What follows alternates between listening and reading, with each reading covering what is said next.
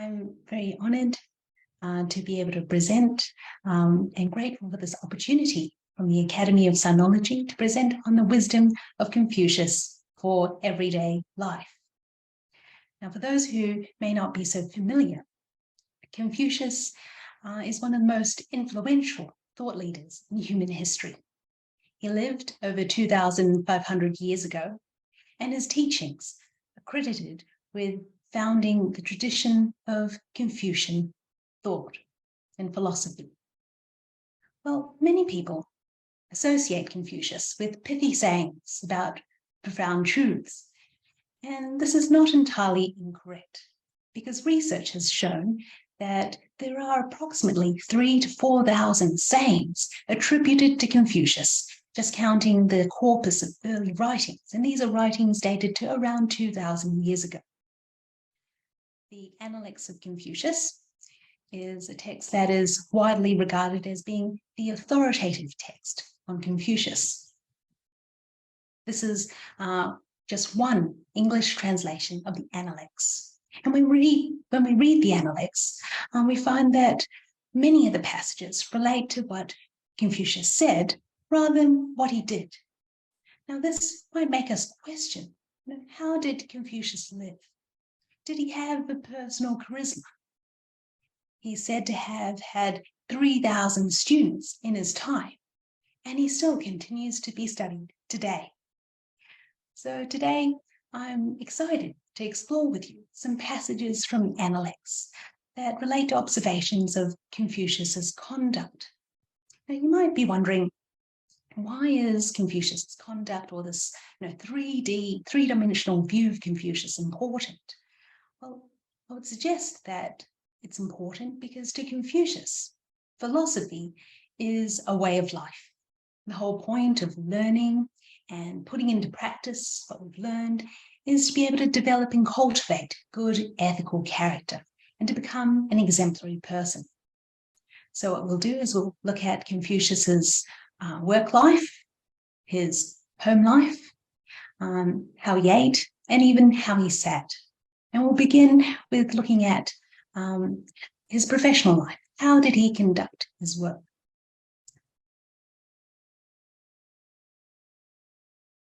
Here are two passages from the Analects. The second is actually part of a repeated part of the first. It said in the Analects that when Confucius entered the Grand Temple, he asked questions about everything. Now, the Grand Temple is actually a state temple, which is sort of responsible for commemorating the ancestors of the ruling house. Now, ancestral remembrance ceremonies were, important ceremonial events for all levels of society. But the ceremonies that took place in the Grand Temple were of special state significance because they're related to commemorating the founding ancestors of the dynastic ruling house. So this gives us an idea of the significance of what took place in the Grand Temple. And Confucius was at this time the official responsible for overseeing the ancestral remembrance ceremonies. He was very careful in paying due care to every aspect of the organization of such ceremonies, from the program to the offerings. And as it says here, he asked questions about everything. Now, Confucius is someone who's well known for his erudition, his learning about rituals. And so, it's recorded that someone actually made a point of questioning, if it's claimed that Confucius knows so much about rituals, why is it that he still asks so many questions? And to this, Confucius responds that, well, actually, asking is part of the ritual. What does this mean? Well, ritual was not merely just the ritual ceremony itself, but it sort of, this sense of respect, sincerity, and reverence applied to all parts of the whole process, from the prior preparation to the conduct of the ceremony on the day. So this ritual etiquette was to engender reverence towards the ancestors, of course, their legacy, and also how the participants in the ceremony would live in honor of the legacy. Confucius was certainly very knowledgeable, but he wasn't, he didn't think about his ego. He sought further clarity where necessary, where appropriate, and he certainly deferred to the experts, the relevant experts in the area. So from this, we get a sense of the integrity and accountability in his work. And I suppose in Confucius's own words, we can understand the underlying principle from the next passage. Now, this is a record of a conversation attributed to Confucius, and he's talking to one of his students, Lu. And he makes the point that, a person should know what they know and know what they don't know. And that's what knowing is. In other words, a person should recognize the limitations of what they know, the limitations generally, and be able to accurately represent their capabilities and credentials, and certainly seek advice and guidance from authoritative sources. So this gives us an idea of Confucius's work ethic, his integrity, his accountability, and his honesty. Now, this might be part of what we would call professionalism in today's terms. And certainly in other passages, or in the next passage, we can see that shining through. It said in the Analects, in chapter 10, that when Confucius is summoned by his lord, the ruler, he would set off on foot without waiting for his horses to be hitched to the carriage. Now, this demonstrates commitment and timely responsiveness to his superior, and obviously to the state, the organization as a whole. Confucius is being dutiful to the state. And he wouldn't waste any time. In fact, because Confucius wouldn't even stand being delayed the short time it took to hitch the horses, he would set off on foot, and his driver would have to catch up with him. Now, this commitment to public service certainly speaks of a level of self-sacrifice. And we can imagine that if Confucius was in the middle of doing something, in the middle of a task or receiving some guests, he would still immediately drop everything to try to respond right away. And this sort of commitment, ideally, is afforded by both leader and subordinate. And we see this in the Duke of Zhou. Now, the Duke of Zhou is one of the founding fathers of the Zhou dynasty, which is the longest dynasty in China's imperial history. And certainly the Duke was one of Confucius's most admired figures, historical figures. Well, the Duke is known to have interrupted his bath 3 times and interrupted his meals 3 times to receive, different guests as they arrived. And why did he do this? Seems ridiculous. He did this because he wanted to avoid causing offense and unnecessary delay to anyone who might be able to assist him in better serving the people. The Duke of Zhou acted as regent for the young ruler at the time, his nephew, and this was the level of commitment he showed in his day-to-day going about his official duties.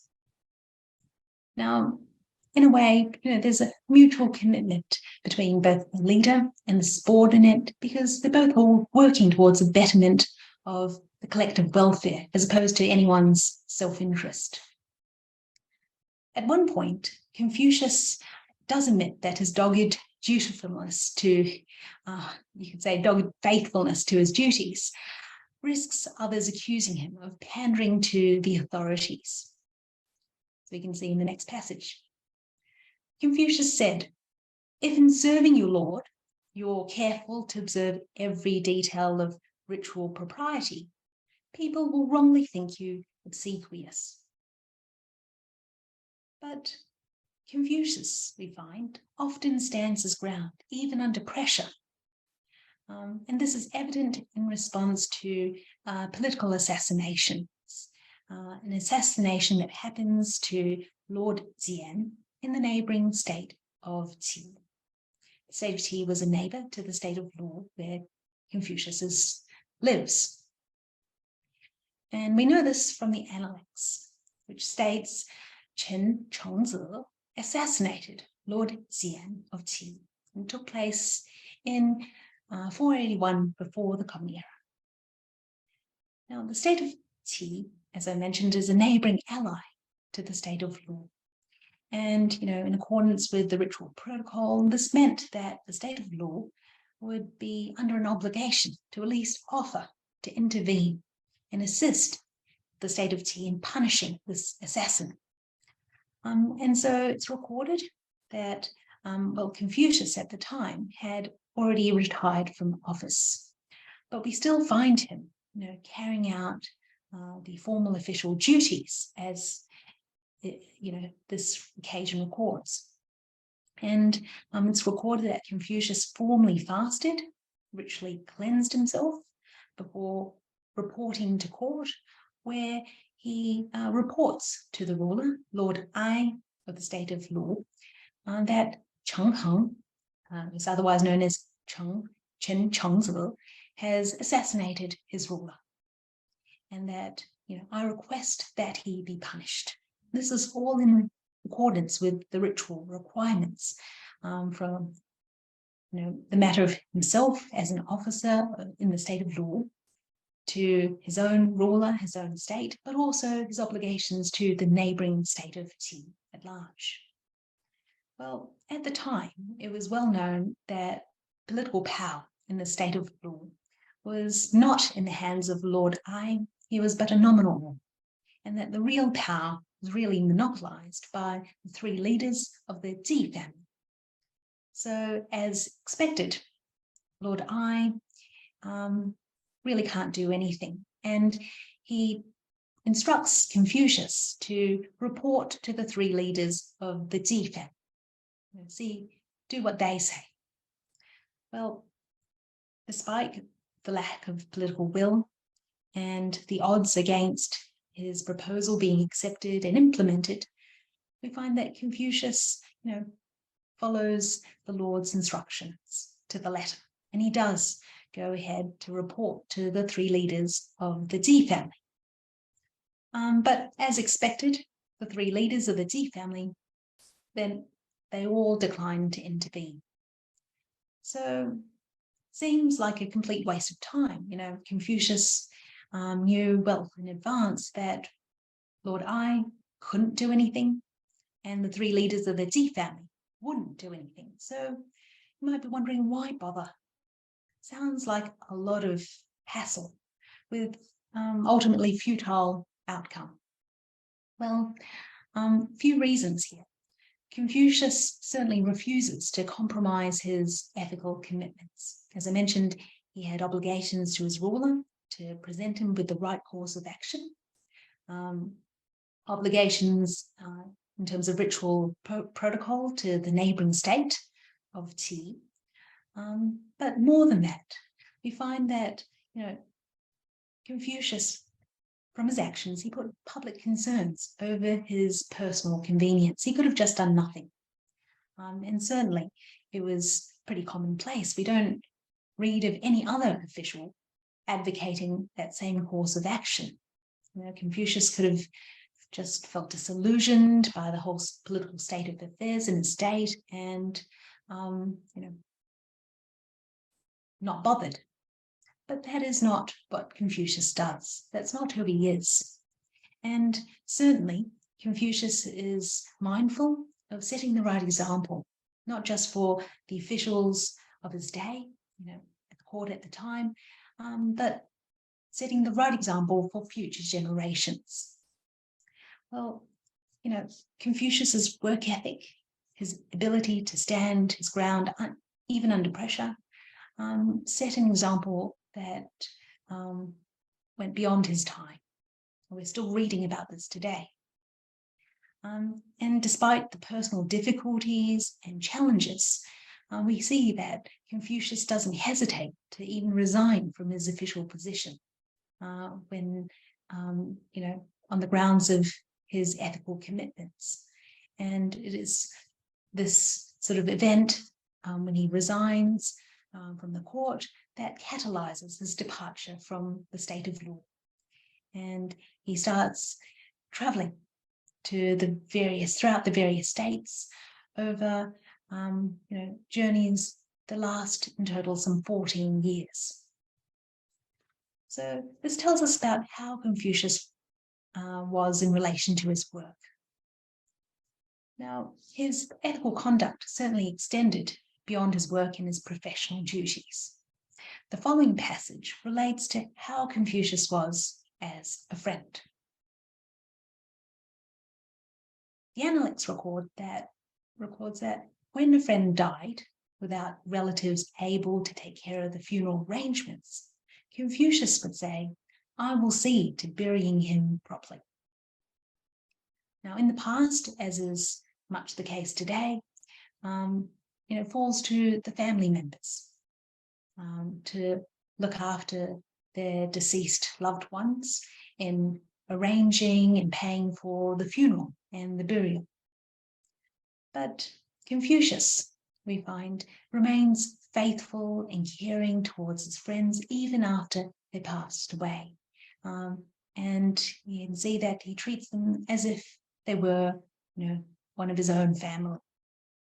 So that's how Confucius is with his friends. There's another passage. When receiving a gift from a friend, even something as valuable as a cart or a horse, Confucius did not bow unless it was a gift of sacrificial meat. What does this mean?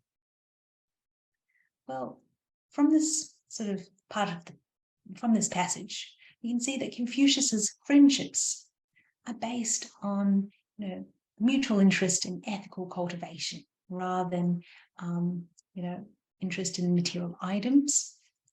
And here the reference to the cart, the horse, will be sort of in today's terms like receiving a car today as compared to a box of chocolates. So this would be a rather expensive gift.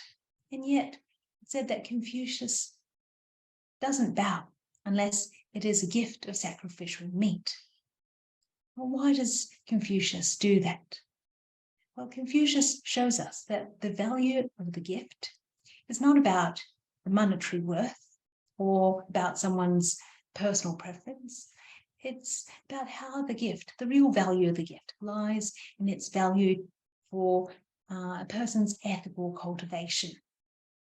Now, what is special about this sacrificial meat? Well, it's an offering, the sort of offering that you would imagine would be sort of presented as part of the ancestral remembrance ceremony. So when a friend comes to share the sacrificial meat, they're sort of affording respect to your own ancestors.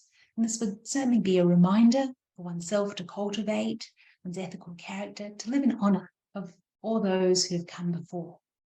So that is what is significant about this sacrificial meat, and that is why it calls for this bowing etiquette in response.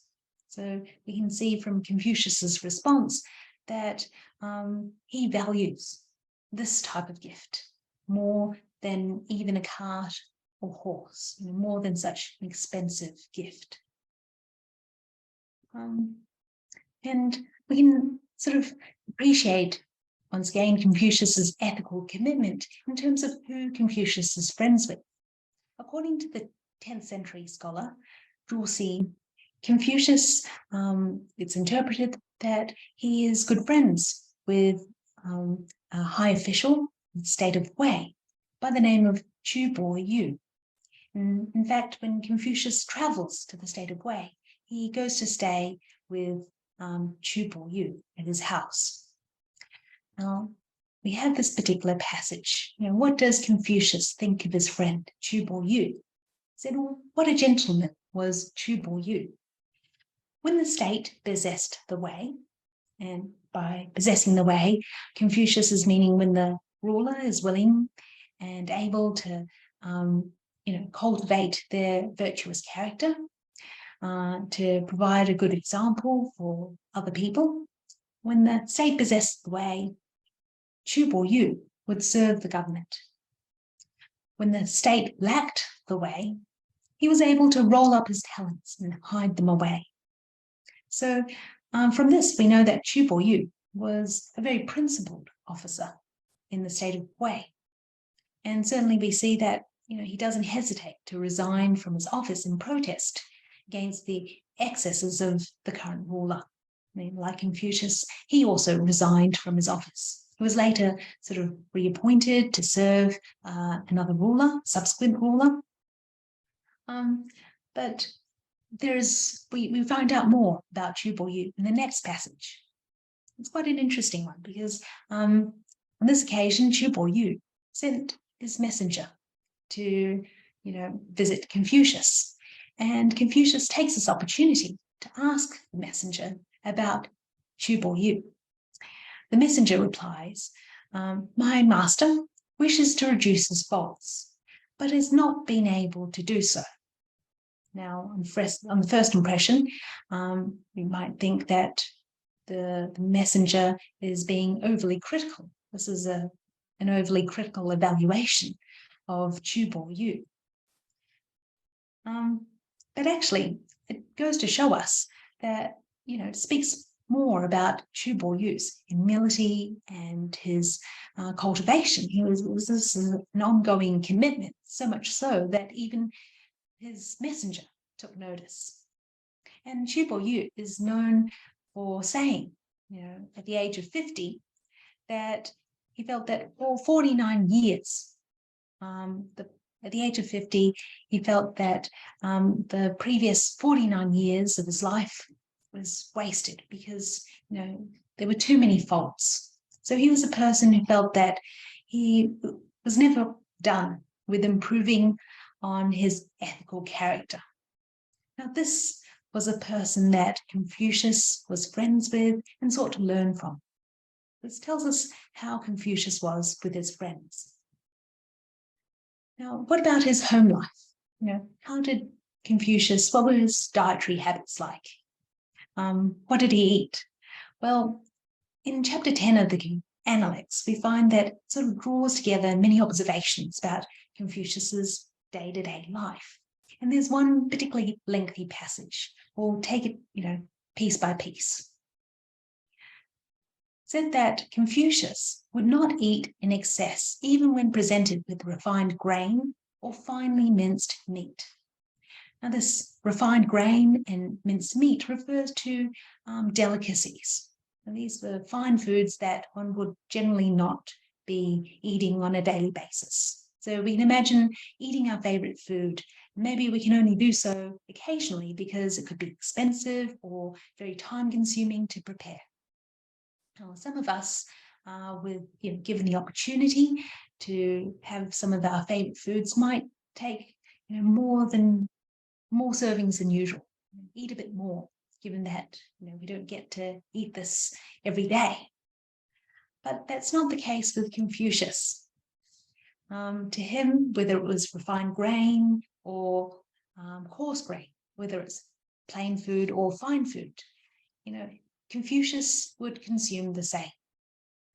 And so we see in Confucius an exceptional sense of moderation.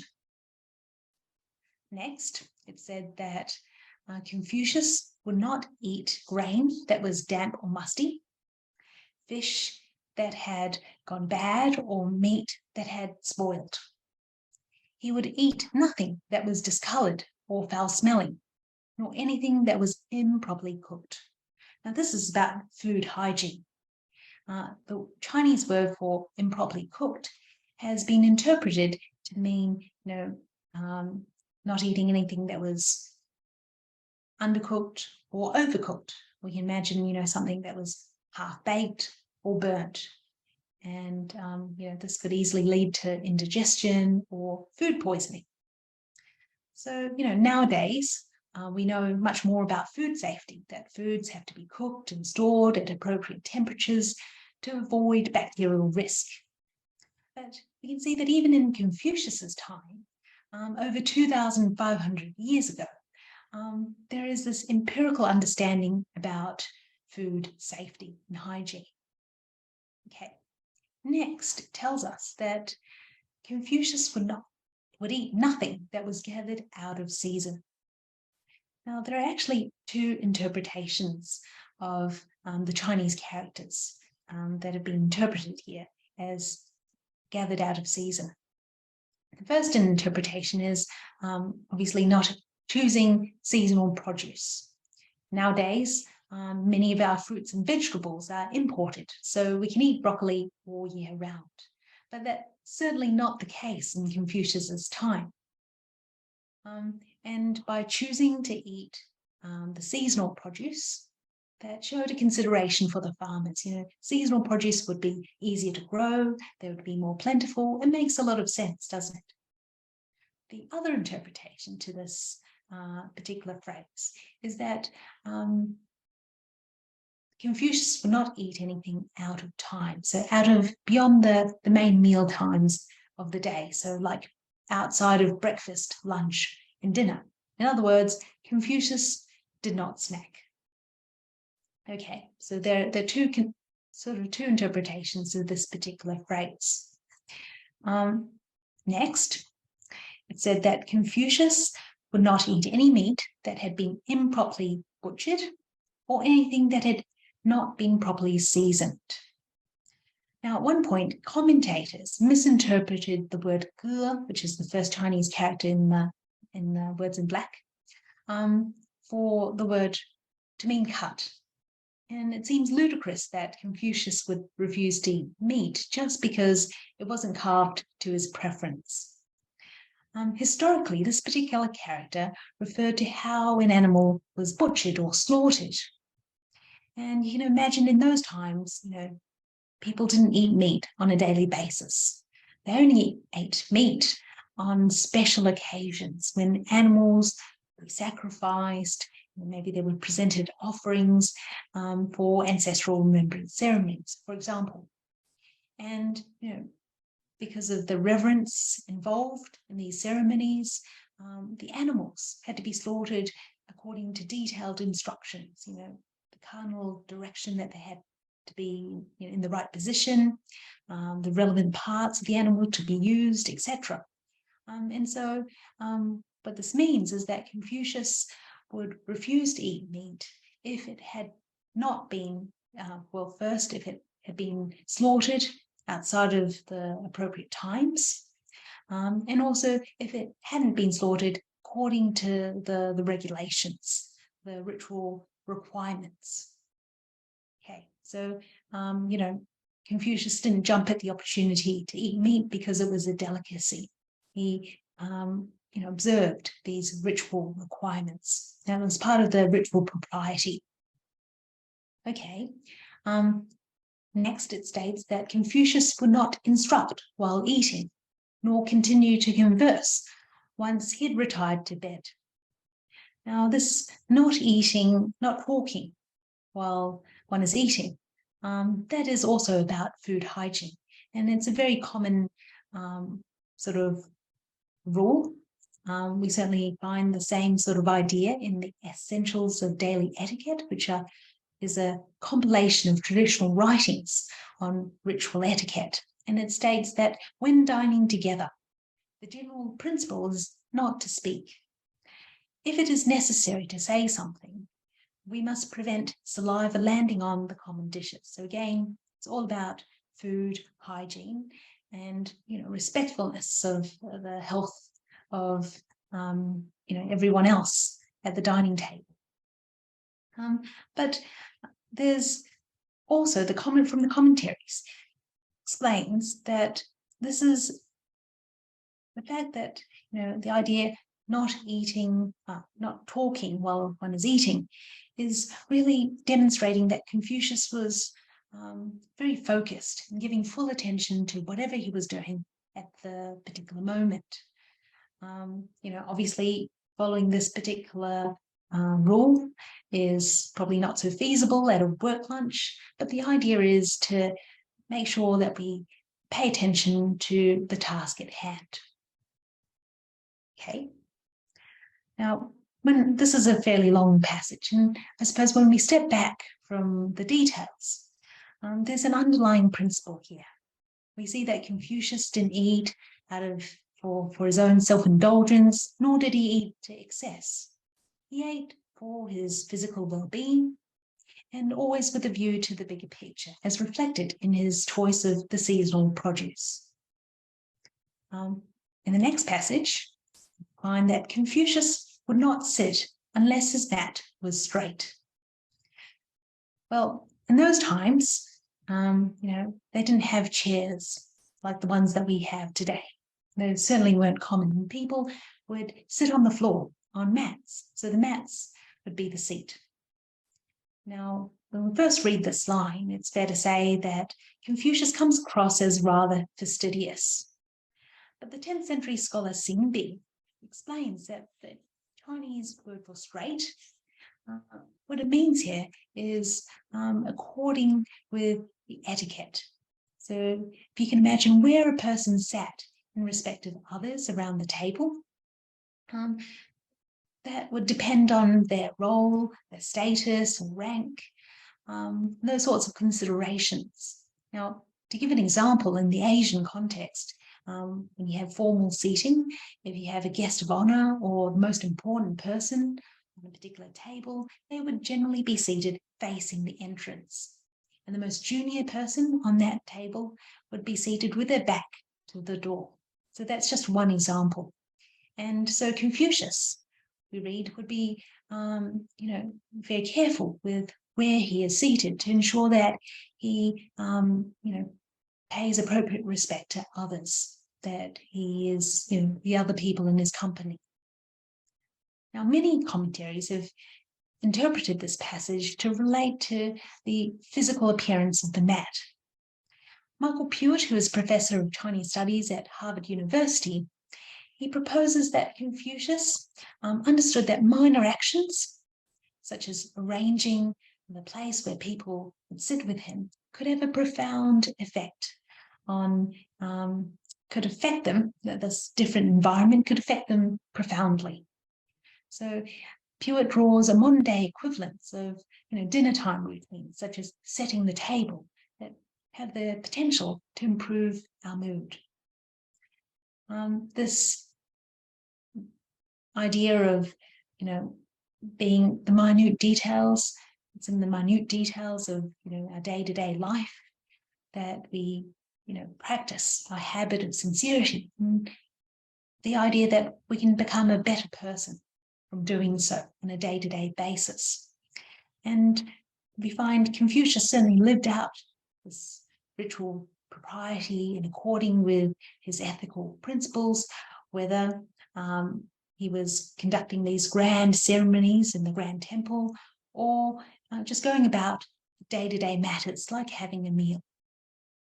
Now, the sensitivity to the feelings of others certainly shines through the following passage. It said that when Confucius was dining in the company of one who was in mourning, he never ate to the full. So this might fall into the same category as not laughing at a funeral.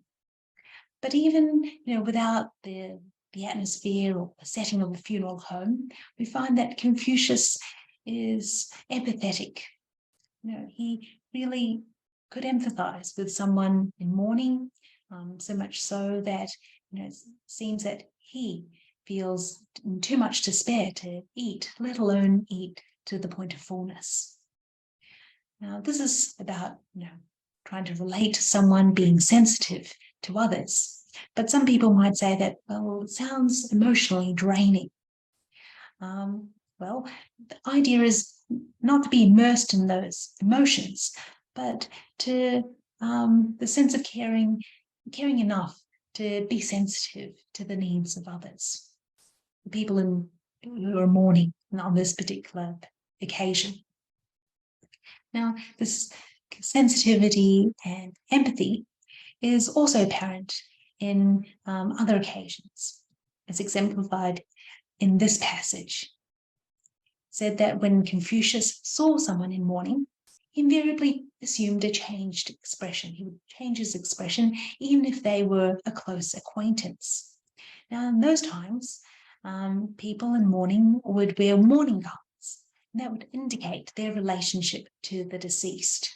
So in this particular case, the person was wearing garments that indicated that their grandparents had passed away.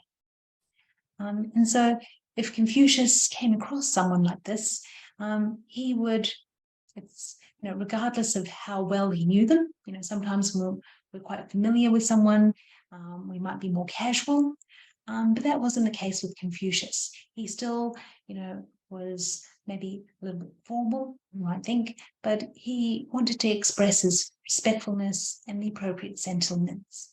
That was important. And later on in this passage, said that when riding past someone dressed in funeral garb, and maybe in their mourning garments, Confucius would bow down and grasp the crossbar of his carriage. He would do so even if the mourner was a lowly peddler. Now, again, this shows Confucius's respectfulness to the circumstances of someone in mourning. And it's noted that Confucius would do this, even if the other person, on the street, they might not notice or they might not even be aware. This speaks to Confucius's sincerity in expressing his respectfulness.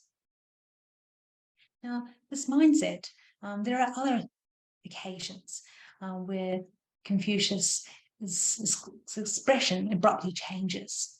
And we see this here.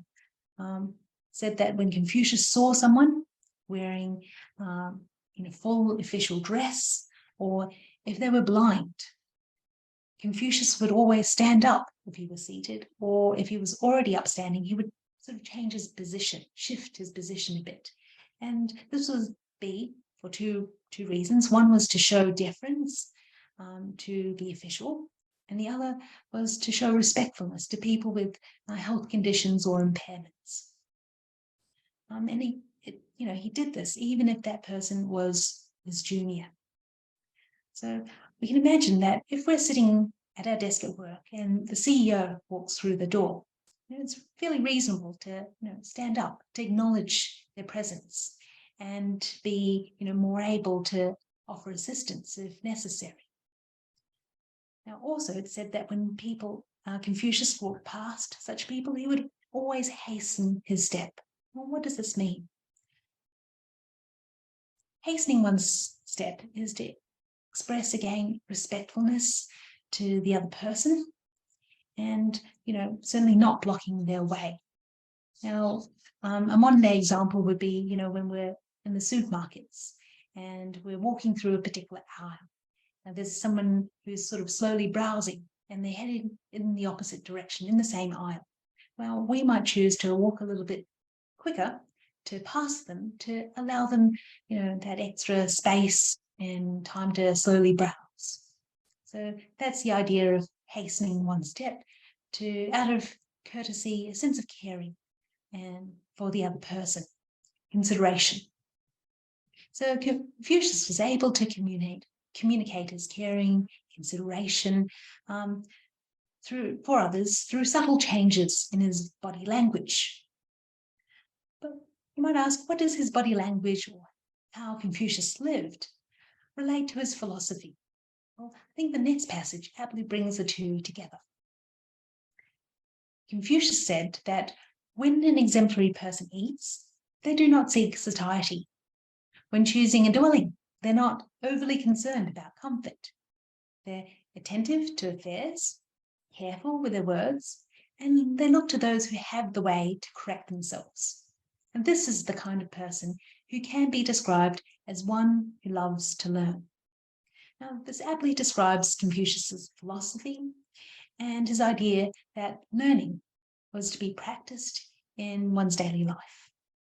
Now, Confucius didn't eat to the point of fullness, even with fine food. He was aware about food hygiene, and he was always considerate of the other people that he dined with. Who he associated with, how he was as a friend, also exemplifies this notion of looking to those who have the way to correct oneself. And his attention to detail is exemplified by his overseeing the ancestral remembrance ceremonies, his responsiveness to ensure that his superior wouldn't suffer unnecessary delay, and his following his ruler's instructions, even in the full knowledge that the whole proposal would ultimately not go anywhere. Well, shows that Confucius's professional life very much reflected his private life and his values at home. Now, interestingly, in the book called Elements of Ethics for Professionals, the authors explain that professionalism is an all-encompassing mindset. And it's a really good quote here. Being an ethical professional requires more than following the rules of your profession from 8 to 5. It entails your comportment, your mindset, and all of your personal choices, not just those made while you are at work. When our off-hours attitudes or behaviors undermine our credibility and expose inconsistencies, it's time to regroup. Estimating the damage to personal damage for indiscretions is usually difficult, but estimating the damage to stakeholders in the profession when personal transgressions mar its reputation is impossible. So being a professional makes it obligatory to behave professionally at all times and with propriety in all situations. Now, of course, we've been reading passages from the Analects from the perspective of the art of living. And the American sinologist Pei Ming would call this the Gongfu method. Now, it's possible to read these passages from any number of perspectives, but Pei Ming identifies that there are generally two approaches to reading. One is intellectual, and the other is the Gongfu approach.